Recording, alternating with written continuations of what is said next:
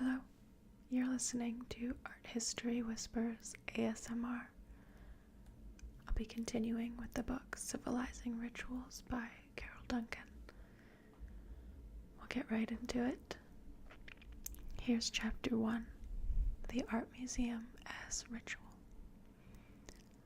This chapter sets forth the basic organizing idea of this study, namely the idea of the art museum as a ritual site.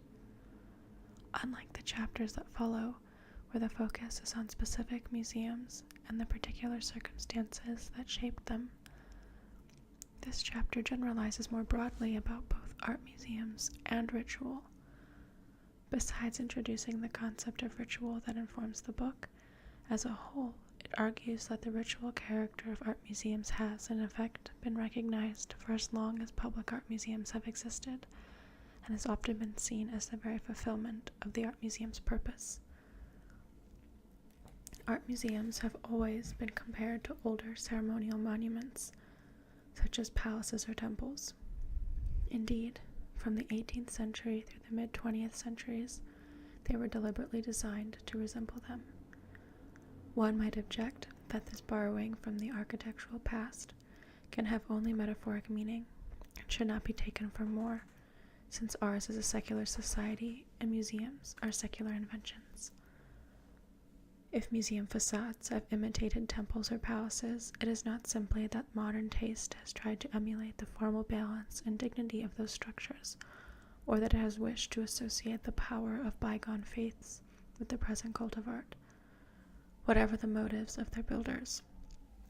So the objection goes, in the context of our society, the Greek temples and Renaissance palaces that house public art collections can signify only secular values, not religious beliefs. Their portals can lead to only rational pastimes, not sacred rites. We are, after all, a post-Enlightenment culture, one in which the secular and the religious are opposing categories. It is certainly the case that our culture classifies religious buildings such as churches, temples, and mosques as different in kind from secular sites such as museums, courthouses, or state capitals. Each kind of site is associated with an opposite kind of truth and assigned to one or the other side of the religious-secular dichotomy. That dichotomy, which structures so much of the modern public world and now seems so natural, has its own history. It provided the ideological foundation for the Enlightenment's project of breaking the power and influence of the Church by the late 18th century. That undertaking had successfully undermined the authority of religious doctrine, at least in Western political philosophical theory, if not always in practice. Eventually, the separation of church and state would become law. Everyone knows the outcome. Secular truth became authoritative truth. Religion, although guaranteed as a matter of personal freedom and choice, kept its authority only for voluntary believers. It is secular truth, truth that is rational and verifiable, that has the status of objective knowledge. It is this truest of truths that helps bind a community into a civic body by providing it a universal base of knowledge and validating its highest values and most cherished memories. Art museums belong decisively to this realm of secular knowledge, not only because of the scientific and humanistic disciplines practiced in them, conservation, art history, archaeology, but also because of their status as preservers of the community's official cultural memory. Again, in the secular religious terms of our culture, ritual and museums are antithetical. Ritual is associated with religious practices, with the realm of belief, magic, real or symbolic sacrifices, miraculous transformations, or overpowering changes of consciousness. Such goings-on bear little resemblance to the contemplation and learning that art museums are supposed to foster. But in fact, in traditional societies, rituals may be quite unspectacular and informal-looking moments of contemplation or recognition.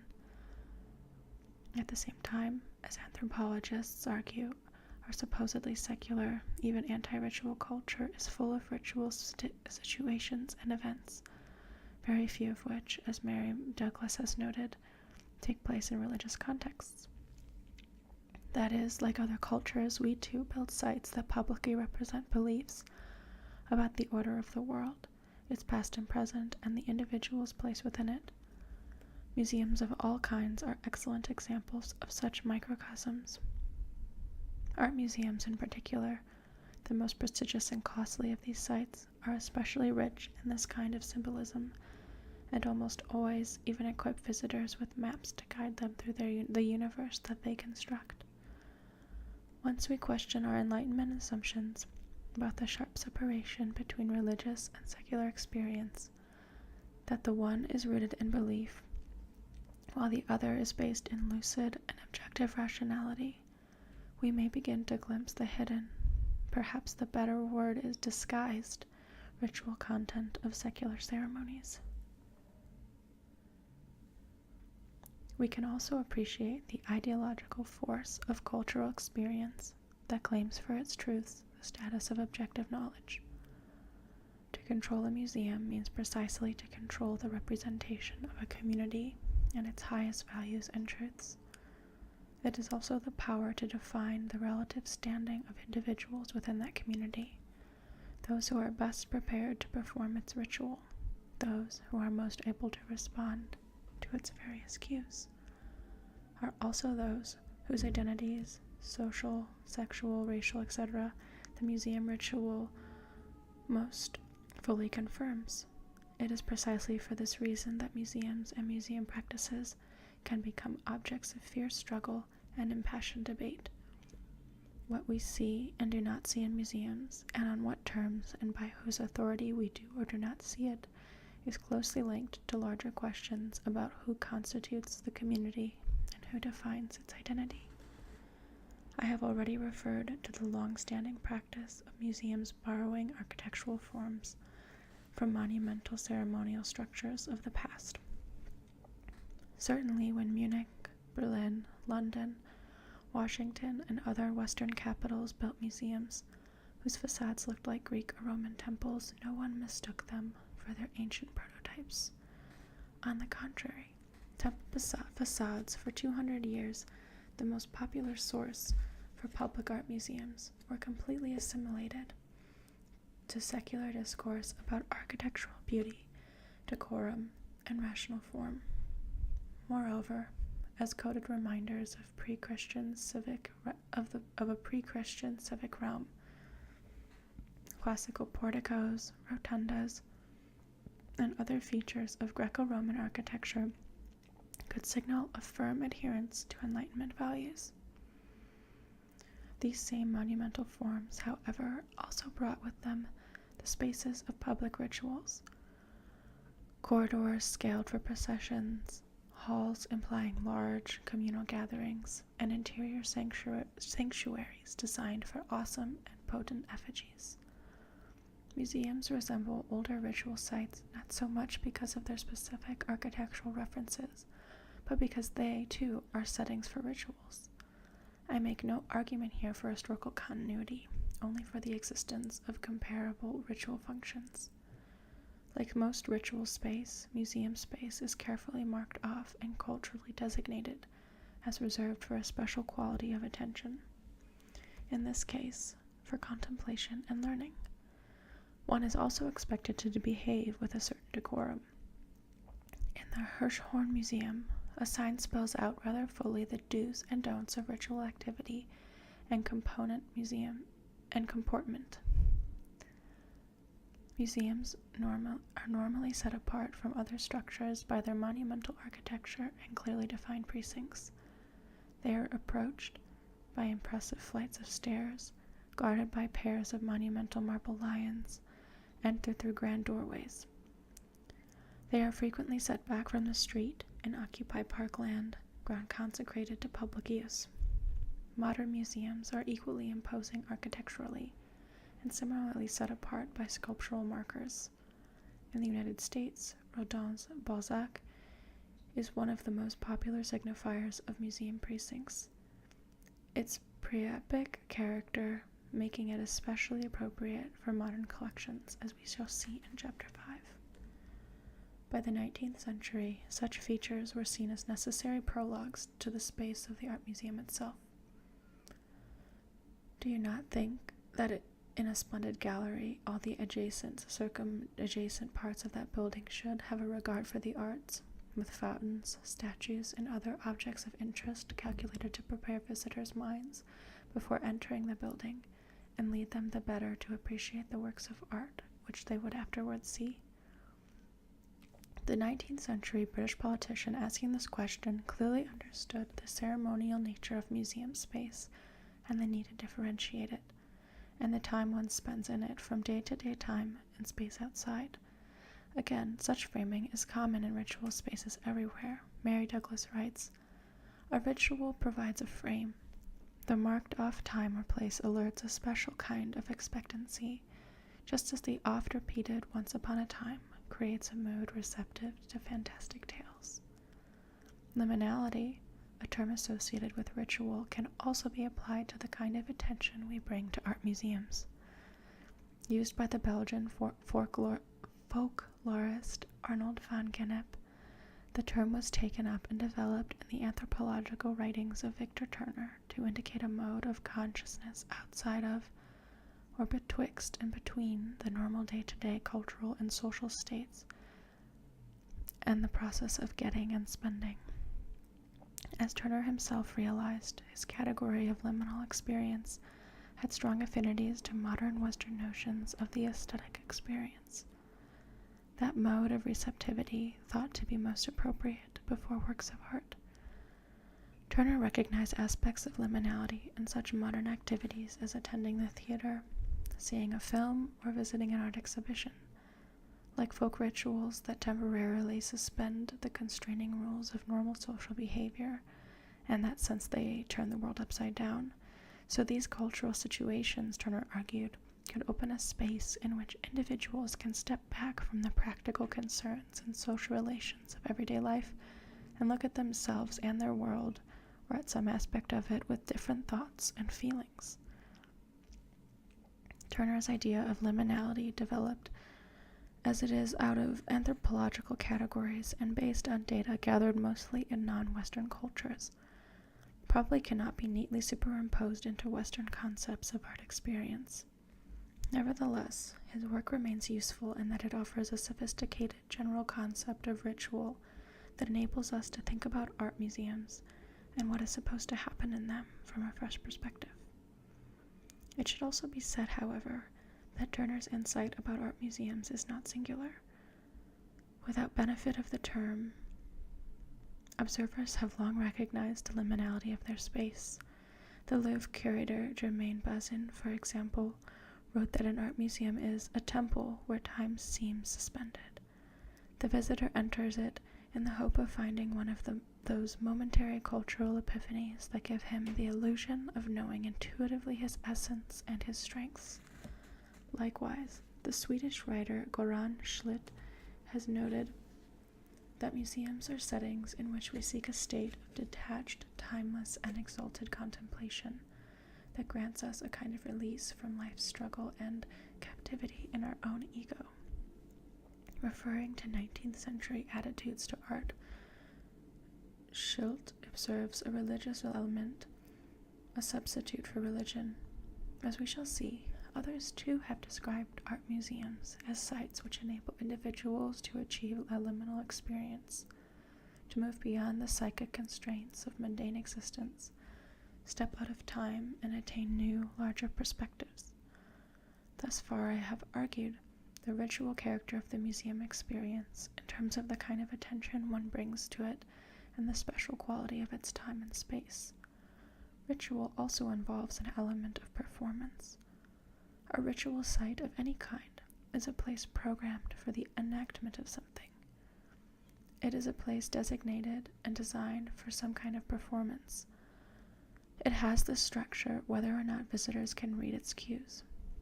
In traditional rituals, participants often perform or witness a drama, enacting a real or symbolic sacrifice. But a ritual performance need not be a formal spectacle. It may be something an individual enacts alone by following a prescribed route, by repeating a prayer, by recalling a narrative, or by engaging in some other structured experience that relates to history or meaning of the site or to some object or objects on the site. Some individuals may use a ritual site more knowledgeably than others. They may be more educationally prepared to respond to its symbolic cues. The term ritual can also mean habitual or routinized behavior that lacks meaningful subjective context. This sense of ritual as an empty routine or performance is not the sense in which I use the term. In art museums, it is the visitor who enacts the ritual. The museum's sequence spaces and arrangements of objects, its lighting and architectural details provide both the stage set and the script, although not all museums do this with equal effectiveness. The situation resembles, in some respects, certain medieval cathedrals where pilgrims followed a structured narrative route through the interior, stopping at prescribed points for prayer or contemplation. An ambulatory adorned with representations of the life of Christ could thus prompt pilgrims to imaginatively relive the sacred story. Similarly, museums offer well-developed ritual scenarios, most often in the form of art historical narratives that unfold through a sequence of spaces. Even when visitors enter museums to see only selected works, the museum's larger narrative structure stands as a frame and gives meaning to the individual's work. Like the concept of liminality, this notion of the art museum as a performance field has also been discovered independently by museum professionals. Philip Rhys Adams, for example, once director of the Cincinnati Art Museum, compared art museums to theater sets, although in his formulation, objects rather than people are the main performers. Quote, "The museum is really an impresario, or more strictly, a regisseur, neither actor nor audience, but the controlling intermediary who sets the scene, induces a receptive mood in the spectator, then bids the actors take the stage and be their best artistic selves, and the art objects do have their exits and their entrances. Motion, the movement of the visitor as he enters a museum and as he goes or is led from object to object, is a present element in any installation." End quote. The museum setting is not only itself a structure, it also constructs its dramatis personae. There are ideally individuals who are perfectly predisposed, socially, psychologically, and culturally, to enact the museum ritual. Of course, no real visitor ever perfectly corresponds to these ideals. In reality, people continually misread or scramble or resist the museum's cues to some extent, or they actively invent, consciously or unconsciously, their own programs according to the historical and psychological accidents of who they are. But then, the same is true of any situation in which a cultural product is performed or interpreted. Finally, a ritual experience is thought to have a purpose, an end. It is seen as transformative. It confers or renews identity, or purifies or restores order in the self or to the world through sacrifice, ordeal, or enlightenment. The beneficial outcome that museum rituals are supposed to produce can sound very like claims made for traditional religious rituals. According to their advocates, museum visitors come away with a sense of enlightenment or a feeling of having been spiritually nourished or restored. In the words of one well-known expert, the only reason for bringing together works of art in a public place is that they produce in us a kind of exalted happiness. For a moment, there is a clearing in the jungle. We pass on refreshed, with our capacity for life increased, and with some memory of the sky." End quote. One cannot ask for a more ritual-like description of the museum experience, nor can one ask it from a more renowned authority. The author of this statement is the British art historian Sir Kenneth Clarke, a distinguished scholar and famous as the host of the popular BBC television series of the 1970s, Civilizing. Clarke's concept of the art museum as a place for spiritual transformation and restoration is hardly unique. Although by no means uncontested, it is widely shared by art historians, curators, and critics everywhere. Nor, as we shall see below, is it uniquely modern. We come at last to the question of art museum objects. Today, it is commonplace to regard museums as the most appropriate places in which to view and keep works of art. The existence of such objects, things that are most properly used when contemplated as art, is taken as a given that is both prior to and the cause of art museums. These commonplaces, however, rest on relatively new ideas and practices.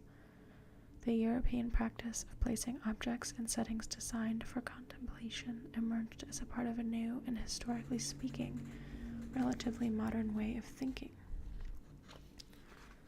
In the course of the 18th century, critics and philosophers increasingly interested in visual experience began to attribute works of art the power to transform their viewers spiritually, morally, and emotionally.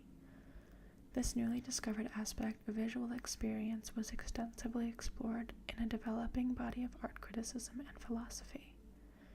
These investigations were not always directly concerned with the experience of art as such, but the importance they gave to questions of taste, the perception of beauty, and the cognitive roles of the senses and imagination helped open new philosophical grounds on which art criticism would flourish. Significantly, the same era in which aesthetic theory burgeoned also saw a growing interest in galleries and public art museums. Indeed, the rise of the art museum is a corollary to the philosophical invention of the aesthetic and moral powers of art objects. If art objects are most properly used when contemplated as art, then the museum is the most proper setting for them, since it makes them useless for any other purpose. In philosophy, Immanuel Kant's critique of judgment is one of the most monumental expressions of this new preoccupation with aesthetics. In it, Kant definitively isolated and defined the human capacity for aesthetic judgment and distinguished it from other faculties of the mind, practical reason, and scientific understanding. But before Kant, other European writers, for example Hume, Burke, and Rousseau, also struggled to define taste as a special kind of psychological encounter with distinctive moral and philosophical import. The 18th century's designation of art and aesthetic experience as major topics for critical and philosophical inquiry is itself part of a broad and general tendency to furnish the secular with new value. In this sense, the invention of aesthetics can be understood as a transference of spiritual values from the sacred realm into a secular time and space. Put in other terms, aestheticians gave philosophical formulations to the condition of liminality, recognizing it as a state of withdrawal from the day-to-day world, a passage into a time or space in which the normal business of life is suspended.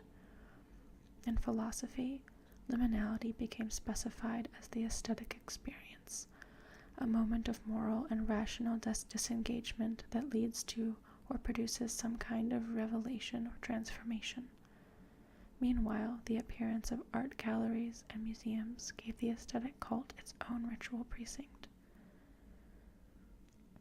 Goethe was one of the earliest witnesses of this development. Like others who visited the newly created art museums of the 18th century, he was highly responsive to museum space and to the sacral feelings it aroused. In 1768, after his first visit to the Dresden Gallery, which housed a magnificent royal art collection, he wrote about his impressions, emphasizing the powerful ritual effect of the total environment. Quote, "The impatiently awaited hour of opening arrived, and my admiration exceeded all my expectations. That salon, turning in on itself, magnificent and so well kept, the freshly gilded frames, the well-waxed parquetry, the profound silence that reigned, created a solemn and unique impression, akin to the emotion experienced upon entering a house of God, and it deepened as one looked at the ornaments on exhibition which, as much as the temple that housed them, were objects of adoration in that place consecrated to the holy ends of art.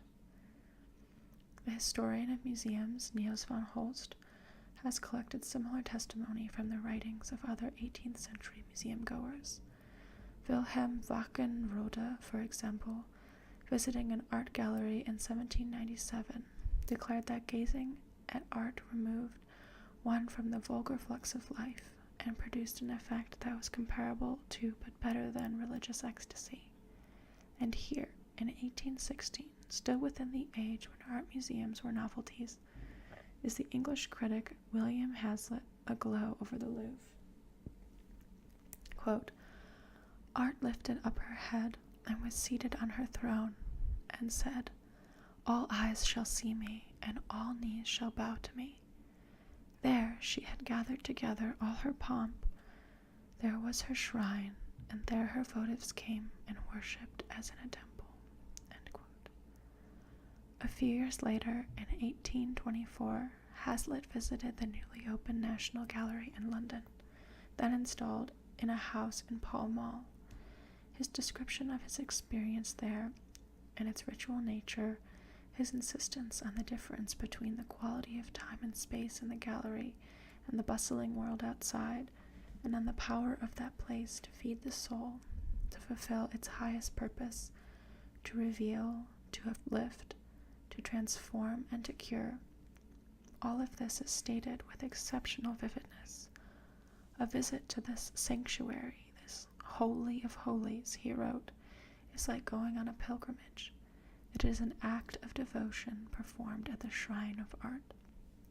Quote, "It is a cure, for the time at least, for the low-thoughted cares and uneasy passions. We are abstracted to another sphere. We breathe empty-rain air.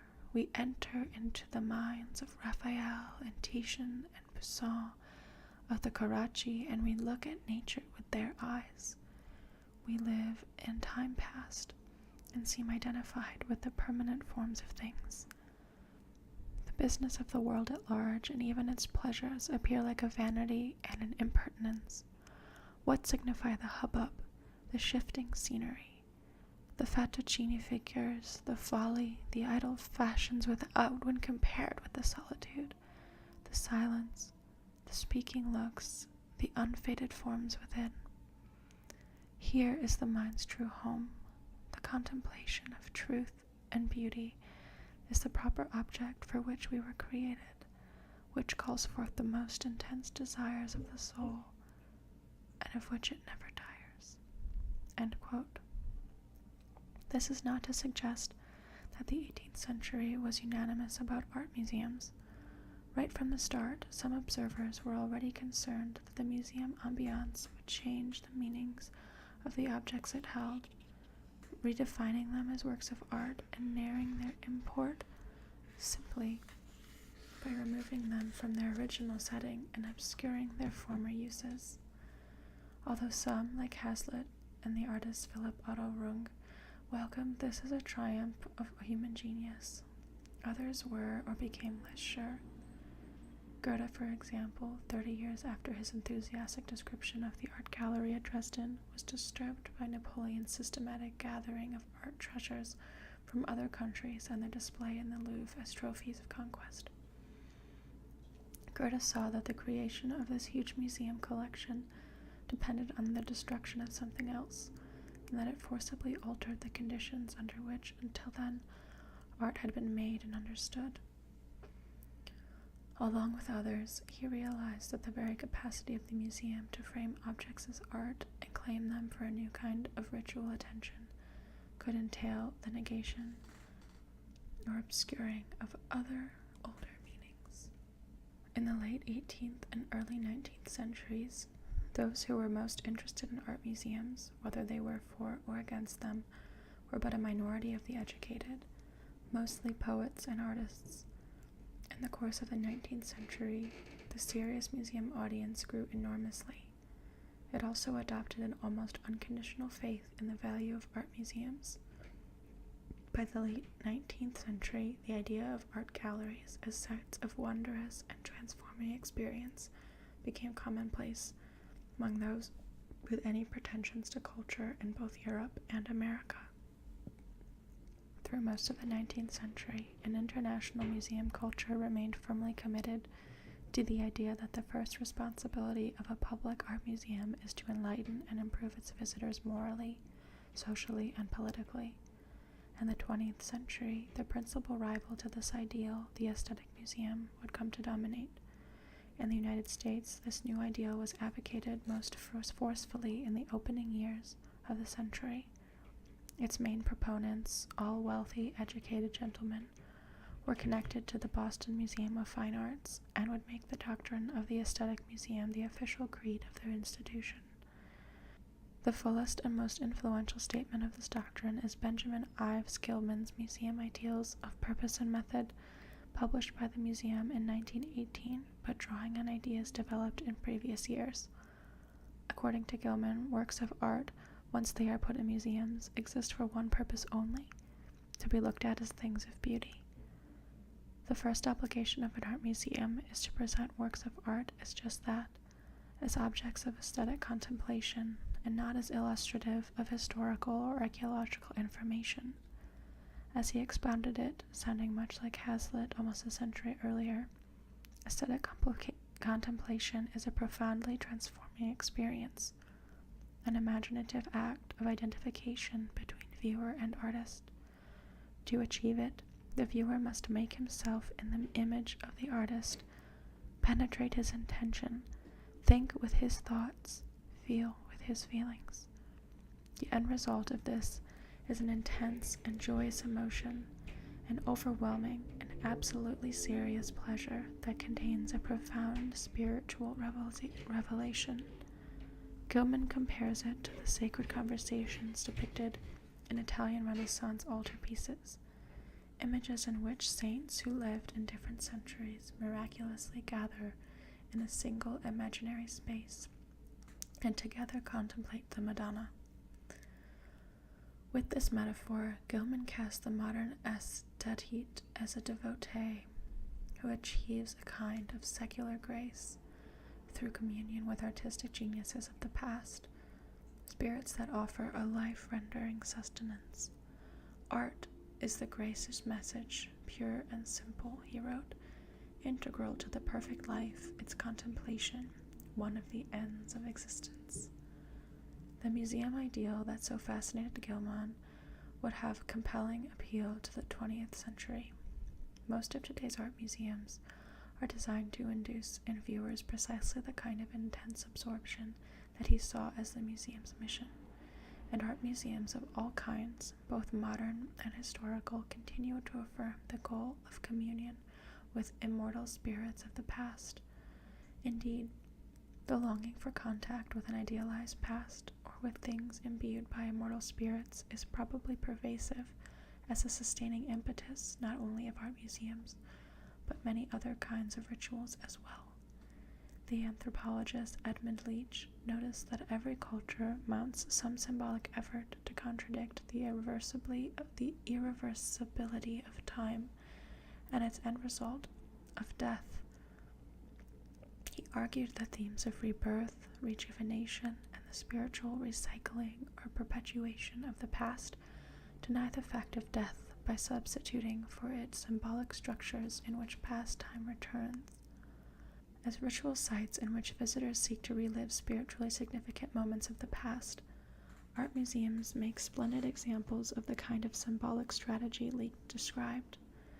As ritual sites in which visitors seek to relive spiritually significant moments of the past, art museums make splendid examples of the kind of symbolic strategy Leach described. Later sections of this book will examine several museums in which a wish for immortality is given strong ritual expression.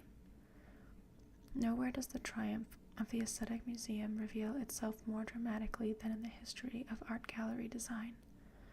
Although fashions in wall colors, ceiling heights, lighting, and other details have over the years varied with changing museological trends, installation design has consistently and increasingly sought to isolate objects for the concentrated gaze of the aesthetic adept and to suppress as irrelevant other meanings the objects might have.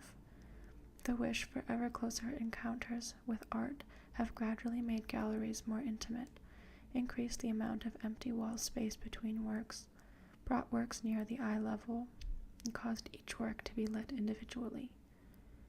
Most art museums today keep their galleries uncluttered and, as much as possible, dispense educational information in anterooms or special kiosks at a tasteful remove from the art itself. Clearly, the more aesthetic the installations, the fewer the objects and the emptier the surrounding walls. The more sacralized the museum space. The sparse installations of the National Gallery in Washington, D.C. take the aesthetic ideal to an extreme, as do installations of modern art in many institutions. As the sociologist Cesar Grania once suggested, modern installation practices have brought the museum as temple metaphor close to the fact. Even in art museums that attempt education, the practice of isolating important originals in aesthetic chapels or niches, but never hanging them to make a historical point, undercuts any educational effort. The isolation of objects for visual contemplation, something that Gilman and his colleagues in Boston ardently preached, has remained one of the outstanding features of the Aesthetic Museum. It continues to inspire eloquent advocates. Here, for example, is the art historian Svetlana Alpers in 1988. Quote, "Romanesque capitals or Renaissance altarpieces are appropriately looked at in museums, even if not made for them. When objects like these are severed from the ritual site, the invitation to look attentively remains and in certain respects may even be enhanced." End quote. Of course, in Alper's statement, only the original site has ritual meaning. In my terms, the attentive gazing she describes belongs to another, if different, ritual field, one which requires from the performer intense, undistracted visual contemplation. In The Museum Age, Germaine Bazin describes with penetrating insight how modern installations help structure the museum as a ritual site. In his analysis, the isolation and illumination of objects induces visitors to fix their attention onto things that exist seemingly in some other realm. The installations thus take visitors on a kind of mental journey, a stepping out of the present into a universe of timeless values. Quote, "Statues must be isolated in space, paintings hung far apart, a glittering jewel placed against a field of black velvet and spotlighted. In principle, only one object at a time should appear in the field of vision. Iconographic meaning, overall harmony, aspects that attracted the 19th century amateur no longer interest the contemporary museum goer, who is obsessed with form and workmanship. The eye must be able to scan slowly the entire surface of a painting. The act of looking becomes a sort of trance uniting spectator and masterpiece." One could take the argument even further in the liminal space of the museum. Everything, and sometimes anything, may become art, including fire extinguishers, thermostats, and humidity gauges, which, when isolated on a wall and looked at through the aestheticizing lens of museum space, can appear, if only for a mistaken moment, every bit as interesting as some of the intended as artworks on display, which in any case do not always look very different. In this chapter, I have been concerned mainly with arguing the general ritual features of art museums. These are, first, the achievement of a marked-off liminal zone of time and space, in which visitors, removed from the concerns of their daily practical lives, open themselves to a different quality of experience. And second, the organization of the museum setting as a kind of script or scenario which visitors perform. I also have argued that Western concepts of the aesthetic experience, generally taken as the art museum's raison d'etre, match up rather closely to the kind of rationales often given for traditional rituals: enlightenment, revelation, spiritual equilibrium, or rejuvenation. In the chapters that follow, liminality will be assumed as a condition of art museum rituals, and attention will shift to the specific scenarios that structure the various museums discussed. As for the purposes of art museums, what they do, and to whom and for whom they do it, this question too will be addressed, directly or indirectly, throughout much of what follows. Indeed, it is hardly possible to separate the purposes of art museums from their specific scenario structures. Each implies the other, and both imply a set of surrounding historical contingencies.